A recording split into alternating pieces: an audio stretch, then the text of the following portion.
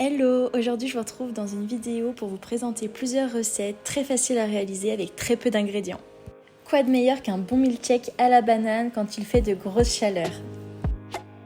Je vous conseille d'utiliser des bananes bien mûres parce qu'elles vont avoir un pouvoir sucrant, ce qui va permettre à votre milkshake d'être bien plus sucré naturellement.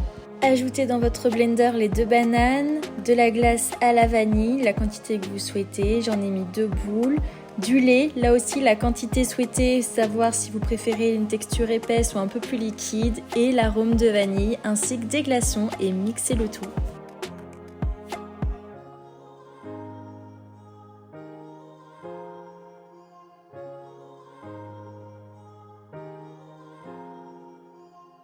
Cette boisson peut aussi bien être dégustée au petit déjeuner que pour une collation. Alors là, ce n'est pas vraiment une recette, mais quelque chose que j'ai expérimenté car il me restait des morceaux de courgettes et j'avais du chèvre frais en pyramide dans mon frigo. Donc j'en ai profité pour faire des petits toasts de courgettes avec du chèvre par-dessus et quelques épices. Et c'était juste excellent. Je vous conseille vraiment le chèvre en pyramide car il a un goût vraiment différent du chèvre frais. Et je l'ai découvert il y a peu de temps et franchement, j'adore ça. Ces petits toasts de courgettes peuvent être aussi bien ajoutés dans une salade ou à déguster en apéritif.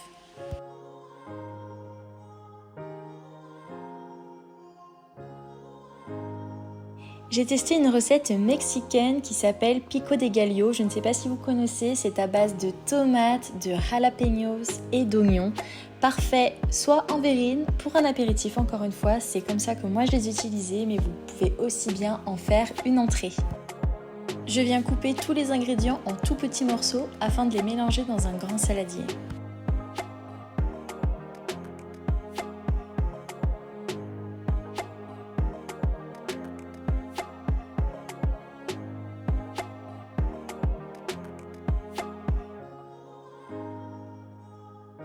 Je ne vous indique pas de quantité exacte car selon les goûts, vous allez plus ou moins doser les différents ingrédients.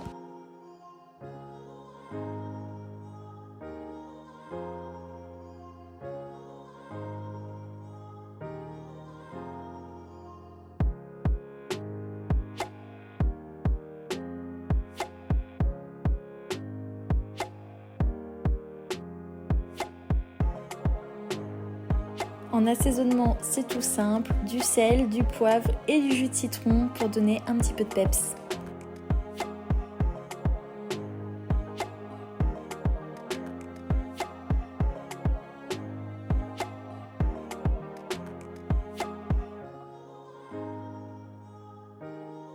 Réservez au frais votre préparation jusqu'au moment de servir.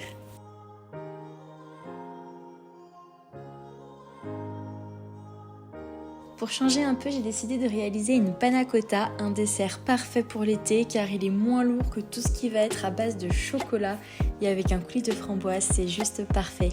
Vous allez voir, pour réaliser une panna cotta maison, c'est très simple. Vous avez juste besoin, et attention à ça, de prendre du lait entier et de la crème entière, minimum 30% de matière grasse pour être sûr que votre panna cotta prenne bien.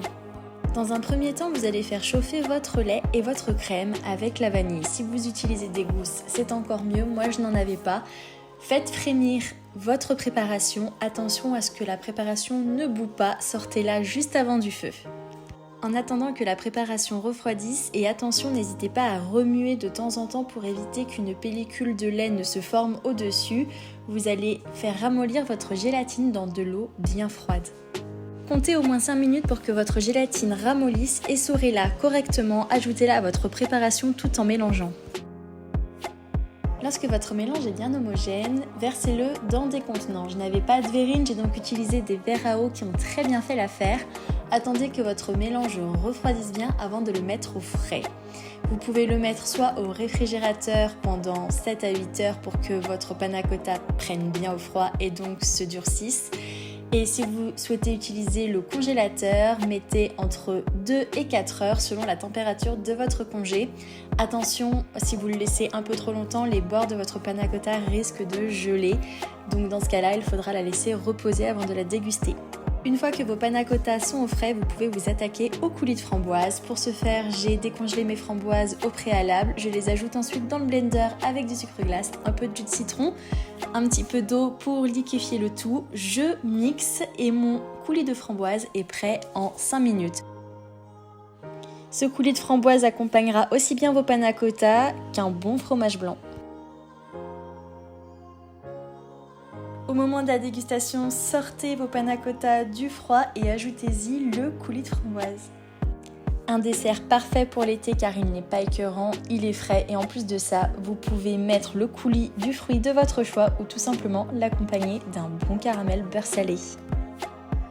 J'espère que cette vidéo vous aura plu, si c'est le cas n'hésitez pas à me laisser un like, à vous abonner à ma chaîne pour retrouver des vidéos de ce type. Ciao!